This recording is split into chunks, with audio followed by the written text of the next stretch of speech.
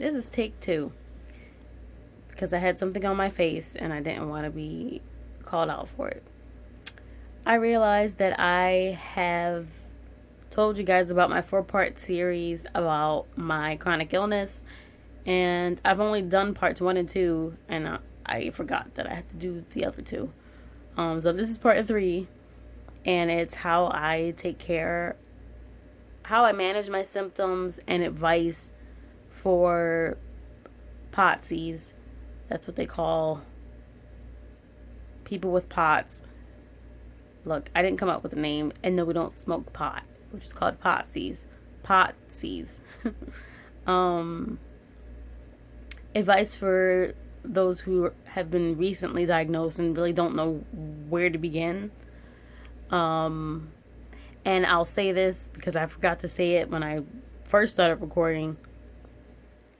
Take this with a grain of salt. Talk with your doctors. Don't just be trying to get like information from this random girl on YouTube. Because all POTS is different. What caused your POTS may be completely different from what causes mine. What aggravates your symptoms may be completely different from what aggravates mine. I know a girl who has POTS who faints several times a week. I've never fainted. I've come close to fainting a handful of times, where the room would suddenly go black, but then I would just come out of it. I mean, there would be profuse sweating and a headache and all that loveliness, but I've never actually fainted. So, like I said, take this with a grain of salt. Talk to your doctors first before you start. I guess you can't make your doctor write a prescription for a medication for you, but I just don't want this to be the only or one of the few ways that you, or the few means that you get information about how to manage your POTS. I think it's very important to get different sides. Like, even when I was researching, I would watch different videos, I would talk to my doctors, I would look up articles, because it turns out not a lot of doctors know about POTS. That needs to change. Anyway, okay. I'm just gonna go through just the basic stuff that people who have been newly diagnosed may not know about, and then I'll go into other things that have helped me personally. Okay. First thing I would say is make sure you stay hydrated. You've probably already heard this from your doctor. I was told that I should drink a gallon of water a day, or about 4 liters. I don't know which one is bigger because I don't do the liters thing, but about a gallon a day. And do I always make that limit, or do I always drink the full amount? No, but we're not going to talk about that right now. But it's very, very, very, very important to stay hydrated, especially if you're like me and you pee your brains out. Yeah, I stay dehydrated. I stay dehydrated. Yeah, and it's like no matter how much water I put in, it just comes right out. But see, if I didn't drink the water, everything would just come out and I would be dry and be seeing flickers of light, and it just wouldn't be a good thing. So that's why I still drink the water, even though I feel like it's not doing anything. It is doing something because it's keeping me from having all these other symptoms I would be having. Anyway, okay, salt tablets. I take 4 salt tablets a day. Each tablet is 1,000 milligrams of salt. Yes, you heard it right, you non-POTS knowing people. That's a lot of salt, but we need the salt to help us retain the fluid. Adding extra salt to your food. I don't do that because I'm lazy. Just to let you guys know, I've had POTS for about 8 years. 8 years, so. And I feel like I feel like I can see the light at the end of the tunnel. Even though I still have my bad days, today was one of them. But today was a bad day because of my own doing. But we're not going to talk about that. Anyway, Okay, salt tablets, compression socks. I used to hate wearing them. I mean, they made my legs feel a lot more comfortable, but I hated wearing them in the summer because number one, how do you wear compression stockings with sandals and still look cute? It's very hard. And number two, it's hot. Who wants to wear compression stockings all the time or socks? But I got over that because I tried to go without them and my feet swelled up and they started hurting, and I was like, you know what, this is not worth it. So wear your compression socks. What else? What else? Medicine. I'm not gonna promote any medicine, but what I take is Midodrine or Midodrine. I believe it's pronounced Midodrine, but I say Midodrine because I've been saying it the wrong way and it just feels comfortable saying it that way, so I don't care. I take Kolanor. Oh, the Midodrine helps to elevate my blood pressure, and the Kolanor helps to slow down my heart rate. I feel like those are the only two medications besides the salt tablets that I actually take specifically for my POTS. I tried Florinef, didn't work for me, might work for you. Not everyone's the same. So I say you really have to become in tune with your body. But you also, well, for me, I had to realize that it takes a while for my body to adjust to the medication.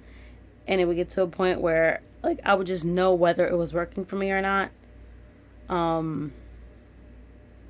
Yeah, that Florinef did not work for me, though. But it may work for you. I've heard positive reviews about it from other people. So,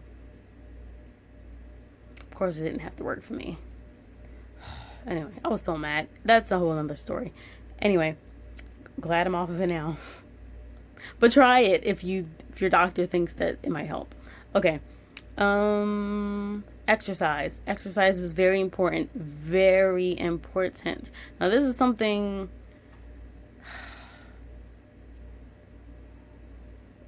I've said take this with a grain of salt, but all the other things I just said, yes, take with a grain of salt. But exercise, I believe, is one of the key components to managing your symptoms. You really need to get that blood flowing, cardio, weightlifting. You need to strengthen those muscles in your legs. So I typically exercise 3 to 5 times a week. It really depends on how I'm feeling. There are some weeks I don't exercise at all. And usually it's because I was out doing something. Like I had to go to a doctor's appointment, and by the time I came back, I was exhausted. So it's really just a day-to-day thing, like me evaluating my symptoms.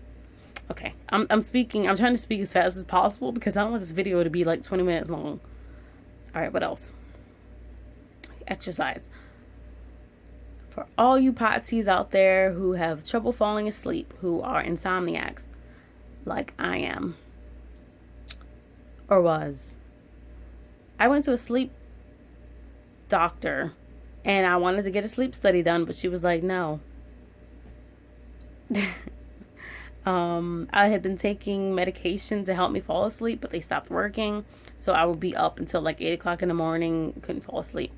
She suggested, instead of giving me different meds, which is what I wanted, she suggested getting 45 minutes of sunlight every day and not being on a phone or a computer or like looking at any screen after 12 o'clock midnight. And I hated these rules. And as you can see, it's 1:30 in the morning, and I don't really follow that part anymore, but we'll get into that later. But when I was doing it, I noticed a huge difference. But you have to stick with it. That's the thing. It takes a lot of discipline. Especially when you wake up and you feel like crap. You don't feel like going outside. But I would just put on my robe or whatever and sit on the porch just to get that sunlight. And sometimes you can't.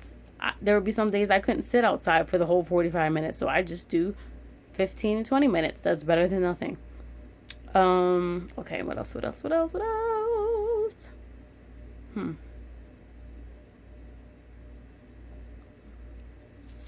Some things I don't want to get into because there's still like there's different opinions about it, so I don't want to promote one idea over the other. Um, I think that's pretty much it for like the basic things of how to deal with POTS. Oh, I don't know if I talked about exercise, but I don't know if I explained how I jumped into exercise because if you have POTS, exercise can be dangerous, especially if you're at high risk of fainting. I started off by doing 5 minutes of just walking. And then I increased it, and now I can do fitness blender videos. Yeah. On my really good days, 40 minutes. There are some weeks I don't exercise at all. I think I already said that. But you really just have to become acquainted with your body and how you feel and know when to push and when to not push. And that takes some getting used to. Because it's like you're in a, especially if you've gone from being perfectly healthy and functional to having this illness and being not functional. It's like you're in a different body, so you have to adjust to that. Okay, now here are the things that have helped me even more. Where should I start? Changing my diet helped a lot. A lot of people with POTS suffer with digestive issues. I found that eliminating gluten from my diet has helped with that. Eliminating dairy, eliminating processed foods. Yeah. Eliminating sugar except for sugar found in fruit. And I'm not going to lie, I do cheat sometimes. Actually, that's why I'm up now in pain, because I cheated. Because I just wanted some comfort food, but it was not worth it. Because I was in pain all day today. Anyway, changing your diet is a big thing. What else? Okay. Now, a lot of people with POTS, I've read, look, I'm not a professional, but I've read that a lot of people with POTS have also been diagnosed with an anxiety disorder. Now I fit into that category. And if you have an anxiety disorder and you have POTS, you might want to listen to this very closely. The thing that has helped me the most with managing my symptoms has been managing my anxiety. And at first I started off with diffusing essential oils, and that would help me sleep through the night. But then I decided it's time to go back to therapy, because your body and your mind are very connected, and if something's not right in your mind or in your heart, it's going to affect how you function physically. So I've been doing that, and I've been seeing great. I've been on put on psychiatric meds, and those have helped a lot with me sleeping. If you get a good night's sleep, like I mean a true good night's sleep, where your body actually recovers like it's supposed to, like it does with a normal person, it can change how you function throughout the next day. But really digging deep in just dealing with all my trauma has helped tremendously. And but the thing is with therapy, well, number one, you have to afford it. Fortunately for me, my insurance covers it. Second, you have to find a good therapist. Maybe I should make another video about that. Third, you really have to put in the time and the energy. It's not gonna be fun, but it has always been worth it in the end. I felt like when I first got diagnosed that there was this haze that I was walking around now, and just everything just didn't, it was very cloudy. I don't know how else to explain it. And I always felt weighed down. Like my body felt like it weighed 1,000 pounds. Like everything was just so hard to do. But as I've been healing, through my trauma or whatever, I've been feeling lighter. I've had more energy. And I'm not cured, because we still got a long way to go. But I've noticed a difference. I had no idea that the mind and the body were that connected. I mean, I knew they were connected, but I didn't know they were that connected. So yeah.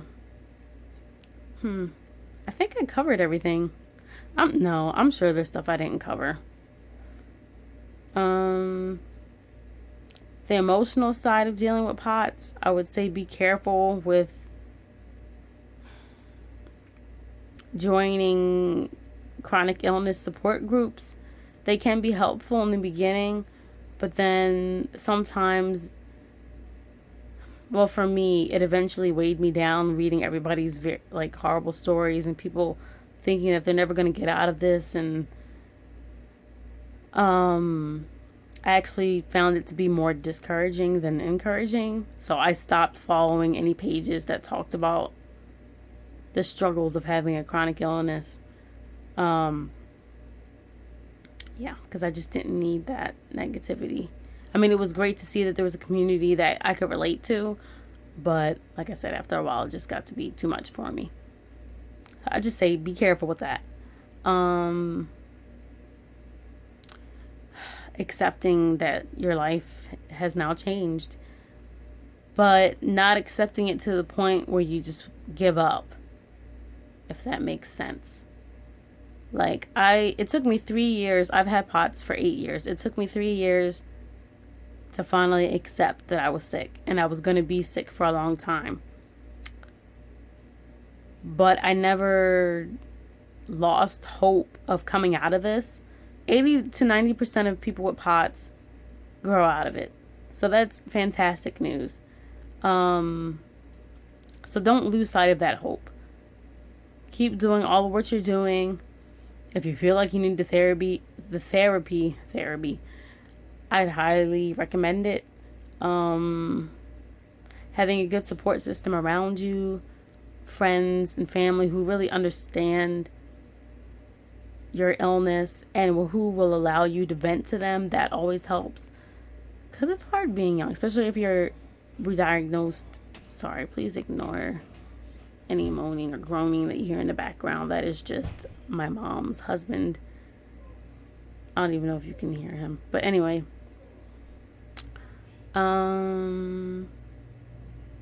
He has like issues and he's always in pain. But sometimes, you know, I'm never going to get into that. What was I saying? Oh, you need someone to vent to. Because especially if you're diagnosed really young, it's hard to see all your peers go on and live lives, like normal lives, and even lives that you wanted to live. I don't know if that makes sense.